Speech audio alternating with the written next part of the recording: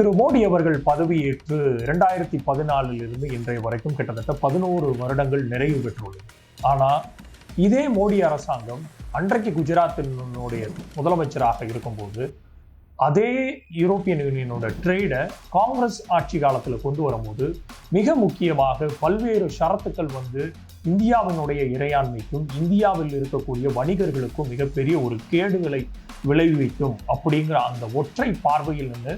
மூர்க்கத்தனமாக எதிர்த்தது பாரதிய ஜனதா கட்சியின் மோடி அவர்களும். அதே சமயம் இன்றைக்கு மிக முக்கியமாக 11 வருடங்கள் கழித்து ஒட்டுமொத்தமாக இந்தியாவையும் யூரோப்பியன் யூனியனுடைய 27 நாடுகளினுடைய கூட்டமைப்பையும் சேர்ந்து யூரோப்பியன் யூனியனுடைய பிரசிடென்ட் ஆண்டோரியா அவர்கள் இங்கே வந்திருக்கும் போது ரிப்பப்ளிக் டே பார்ட்டிசிபேஷன்ஸுக்காக வந்திருக்கும் போது மிக முக்கியமான வரலாற்று பூர்வமான ஒரு கையெழுத்தை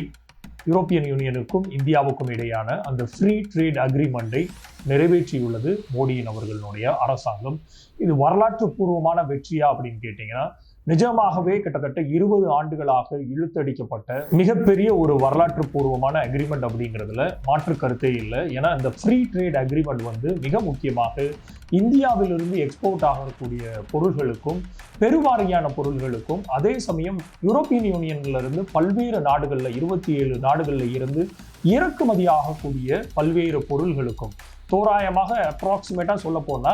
இந்தியாவிலிருந்து எக்ஸ்போர்ட் ஆகக்கூடிய பொருள்களில் 99 விழுக்காடு பொருள்களுக்கும் அதே சமயம் யூரோப்பியன் யூனியன்ல இருந்து இந்தியாவுக்குள் வரக்கூடிய இறக்குமதி செய்யப்படக்கூடிய பொருள்களில் 96% பொருள்களுக்கு